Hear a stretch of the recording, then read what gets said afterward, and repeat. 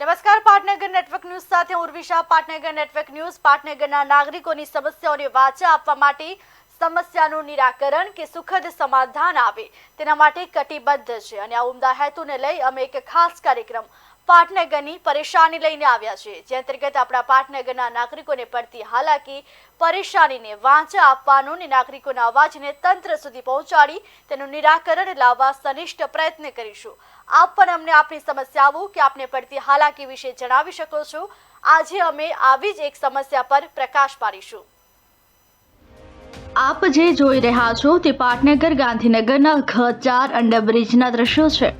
અહીં સ્પષ્ટ જોઈ શકાય છે કે રસ્તા પર થયેલ આરસીસી વર્ગ ડેમેજ થયો છે અને તેમાંથી સળિયા નીકળી ગયા હોય તે સ્પષ્ટ જોઈ શકાય છે, જેને લઈ નાગરિકોને પરેશાની થઈ રહી છે। ચોમાસાની સિઝન નજીકમાં છે ત્યારે અહીં પાણી પણ દર વખતે ભરાય છે। પાણી ન ભરાવાના લીધે અંડરબ્રિજ પણ બંધ કરવાની ફરજ પડે છે। હાલની સ્થિતિની વાત કરીએ તો અહીંયા બહાર નીકળેલા સળિયાને લીધે ગમે ત્યારે અકસ્માત થવાનો ભય રહે છે, માટે ભવિષ્યમાં આ પ્રકારનો કોઈ અકસ્માત ન થાય અને જાનમાલનું નુકસાન ન થાય તે માટે તંત્રએ તાત્કાલિક ધ્યાન આપવાની જરૂરિયાત છે।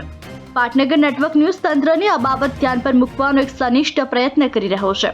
હવે તંત્ર ક્યારે પાટનગર વાસીઓની આ પરેશાની દૂર કરી નિરાકરણ લાવે છે તે જોવાનું રહ્યું।